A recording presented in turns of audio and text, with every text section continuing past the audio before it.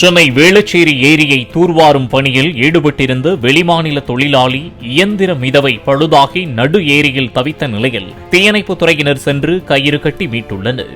காலை நீர்வளத்துறை அமைச்சர் ஆனந்த் தூர்வாரும் பணியை தொடங்கி வைத்து சென்ற நிலையில் 11 மணி அளவில் மிதவை பழுதான நிலையில் 6 மணி நேரமாக சிக்கி தவித்துள்ளார்.